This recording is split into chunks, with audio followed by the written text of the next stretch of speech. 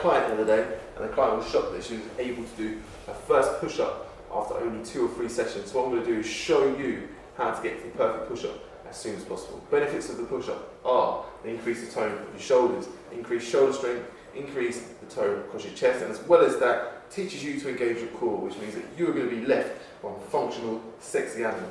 So I'm going to show you how to do just that. First thing we're going to do is going to get you laying on your front. We're going to start from a dead position. That means no tension.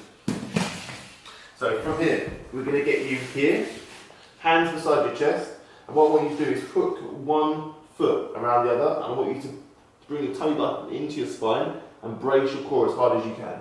From there, you're going to push off, making sure that your upper back and your hips come off the floor at the same time. Take 3 seconds to go down, and repeat. That's the first stage. The second stage is this. What we're going to do is we're going to push up, we're going to straighten our feet and then slowly go down.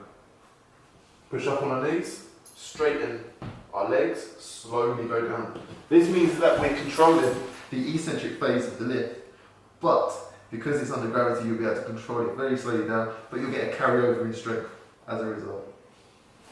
And the third stage, what we're going to be doing here is combining a up stage with the down stage. So from here,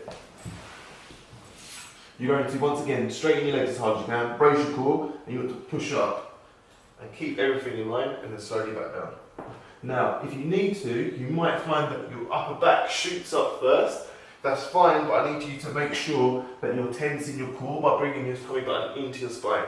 And if you really want to challenge, then we can do staggered push-ups. This is where you're going to start off here and push up and down, and then slowly get further and further away until you can do a single arm push-up.